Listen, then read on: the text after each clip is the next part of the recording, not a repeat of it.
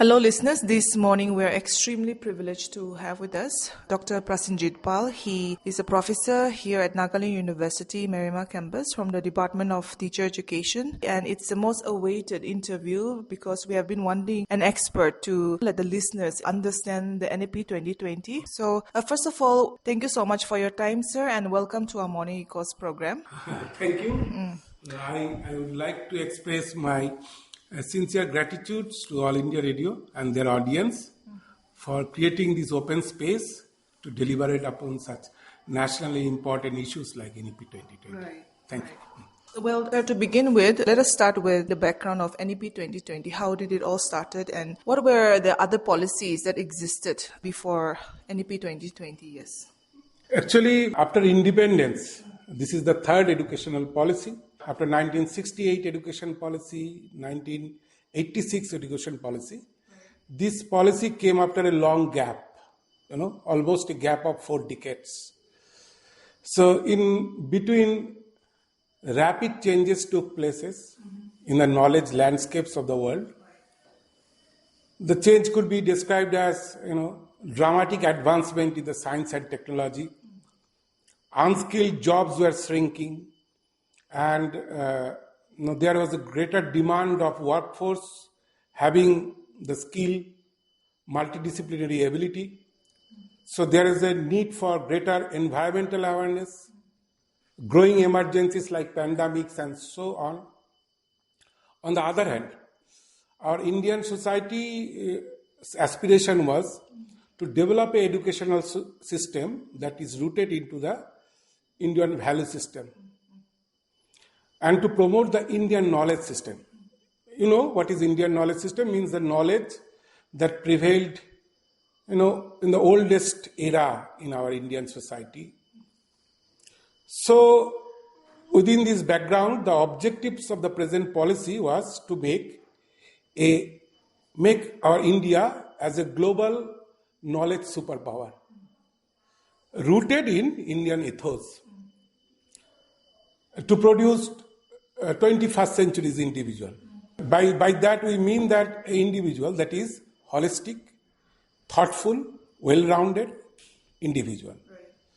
So that individual should have the knowledge of, more than one discipline, skilled, social awareness should be there, having the human values and the constitutional values, and contributing towards the research and pedagogy.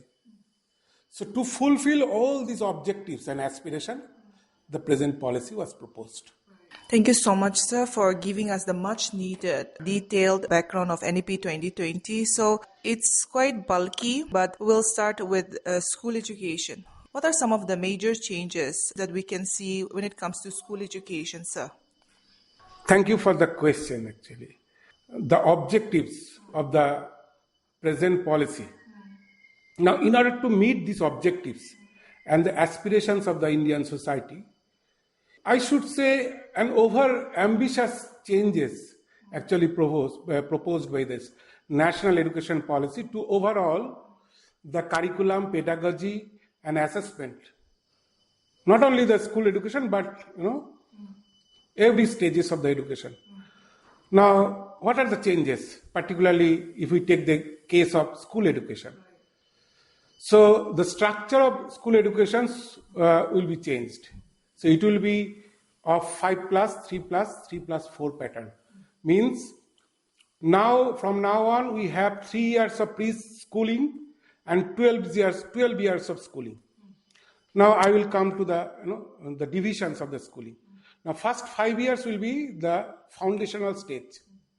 And within that foundational stage, first 3 years will be the preschool education, or we can say Anganwadi educations. Now here the children from the age of 3, they will come and they will start studying there. And then we will have 2 years of early primary school educations. So that is class 1 and class 2. So in the foundational stage, now children will study of the age of 3 to 8. Now, by early childhood care education, we mean that the education provided from birth to 8 years of age. But here, the early childhood care and education institutionally will be given from 3 to 8. So this is the foundational stage. Then we will have 3 years of preparatory stage. That is class 3, class 4 and class 5. And then we have the 3 years of middle age school. It will be class 6, 7 and 8. And then we will have 4 years of secondary stage. Now in 4 years of secondary stage, there will be 2 phases. In first phase, we will have class 9, class 10. And in the second phase, we will have class 11 and class 12. The policy also proposed radical change in the curriculum. First thing is that curriculum will be, reduced to its core essential. Second is there will be a shift from rote memorization to the competencies-based curriculum. That is why the present policy or the curriculum structure tried to relate the educational aim, curriculum goal, competencies and the learning outcome in a line. Second characteristics is that this curriculum proposed an integration of general curriculum and the vocational curriculum. And there will be the introductions of flexibility to choose the curriculum subject from class 9 onwards. So now if I start from early childhood care and education. So here the curriculum will be developed for the holistic development of the child.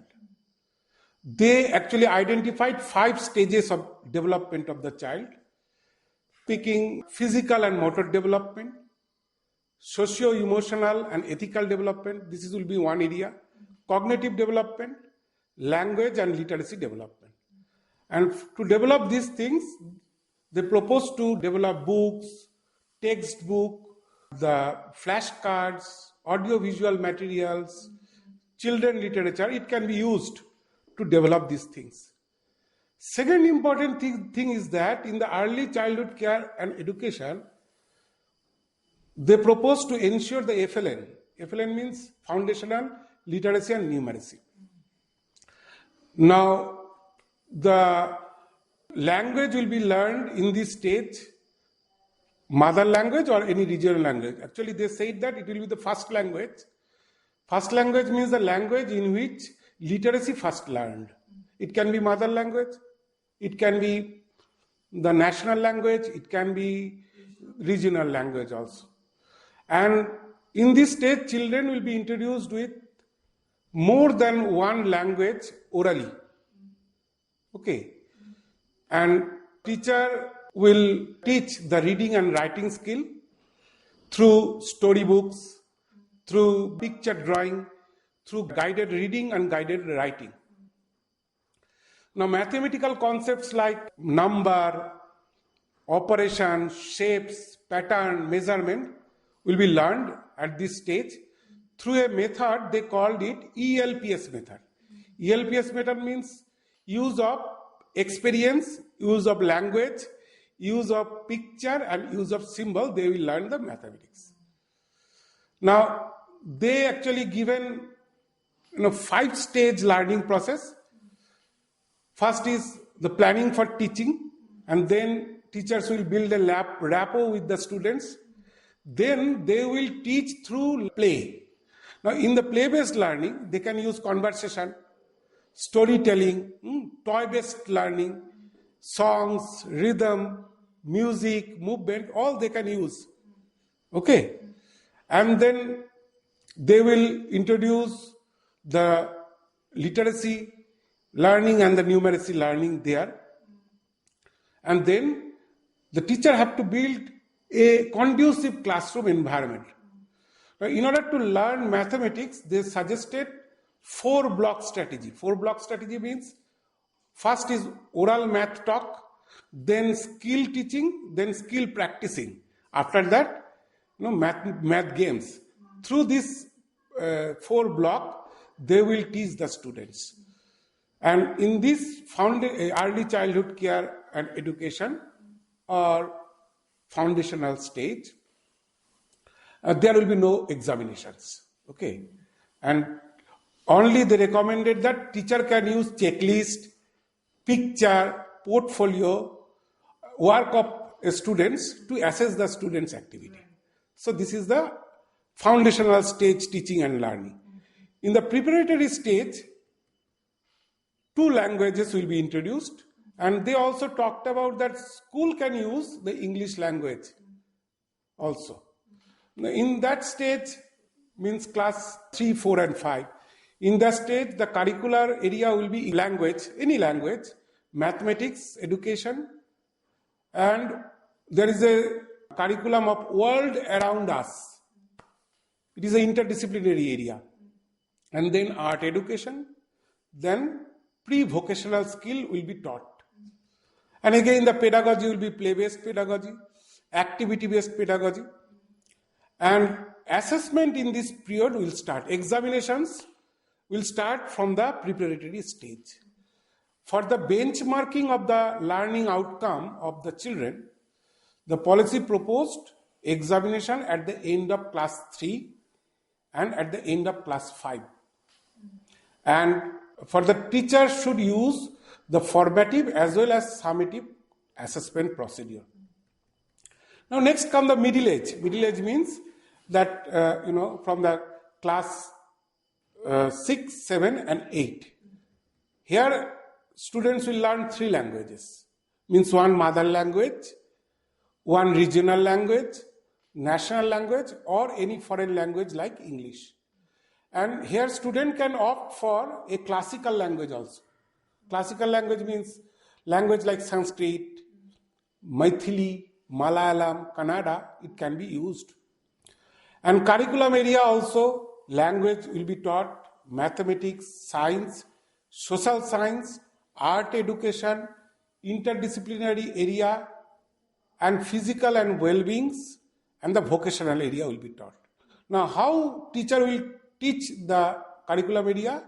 They proposed a pedagogy of experiential learning. Now, what is experiential learning?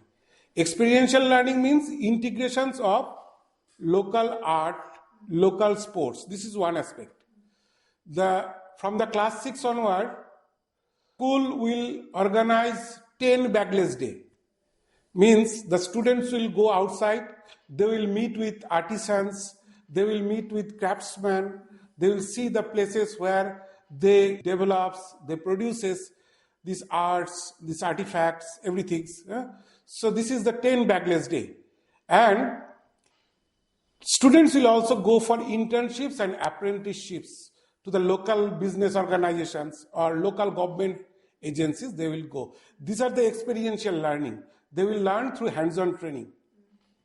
In this phase also, evaluations or assessment will be done formatively and summatively. And here also at the end of the class 8, there will be an examinations. Okay. Now, the last stage is secondary stage. Actually, this policy proposed, a day-night changes in this stage. In the first stage, that is class 9 and 10, there are 8 curricular area. So language is 1, mathematics, science, social science, art education, interdisciplinary education, physical education and well-beings, and the vocational. These are the 8 area. And for the time being, they are not giving any choice to the students. Every student has to take all these 8 curricular area. But in the second phase, that is class 11 and 12, what will happen? This 8 curricular area will be grouped into 4. Okay. First group will be the language group. Second group will be the art education, physical education, and the vocational education. Third group will be social science and interdisciplinary area. And group 4 will be the mathematics and science. So a student pursuing a course in class 11 and 12, they have to take 2 subjects from the group 1, that is language group. So 2 languages they have to learn. And they have to take 4 subjects from the other group, group 3, group 4, And group 2, from there they have to take any 4 subject, and they can take 1 optional subject. So 4 to 6 and 1, 7 subject they have to take in the class 11 and 12.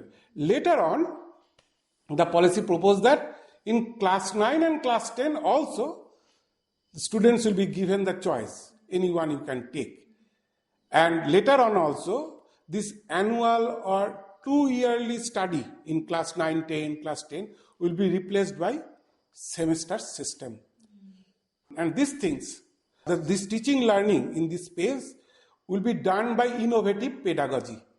Okay, so same thing.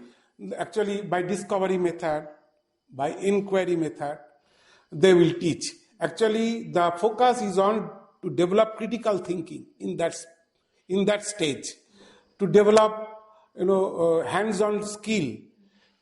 So there will be integrated pedagogy and experiential learning will be there. And assessment will be done by summative and formative evaluations. And there will be 2 board exams. At the end of class 9 and 10, there will be 10th class certificate exam. This is 1. And at the end of 11, 12, there will be an university entrance exam. Now, the present policy proposed that this board exam, it means that earlier very rigid kind of structure of the board exam will be replaced. Okay, the board exam will be made more easier and focus will be given on testing the competencies, the capacities. For that purpose, a National Center for Performance Assessment, Review and Analysis of Knowledge for Holistic Development, it is known as PARAK, P-A-R-A-K-H, PARAK. 1 institutions will be developed. Okay. Now this PARAK will lay down the rules, regulations and norms of the assessment, and they will conduct the National Achievement Survey and the State Achievement Survey every year.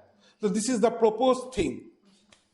Now this is the overall structure, what the present educational policy proposed for the school education.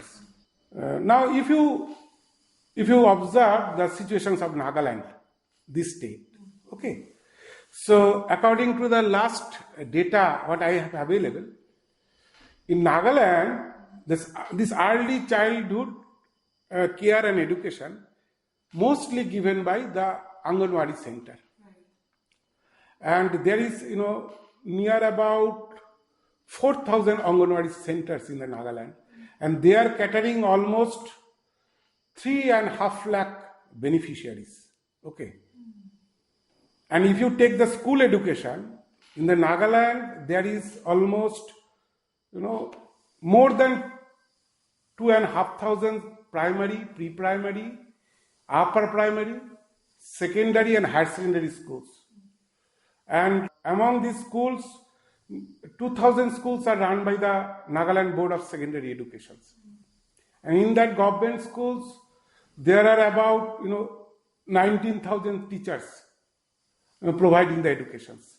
And they are teaching near about 1,70,000 students. So this is the overall structure of the Nagaland school education. Now, if you carefully observe the situations of the Nagaland institution, I found that there are some challenges, some issues. For me, the first challenges is the challenge of accessibility. Because of the geographical area, the terrain, the hilly terrain, the accessibility still we have to make more inroads in terms of accessibility. The enrollment should be increased. Okay. And second is that the present policy proposed about the multilingualism. They propose to use mother tongue, they use the regional language.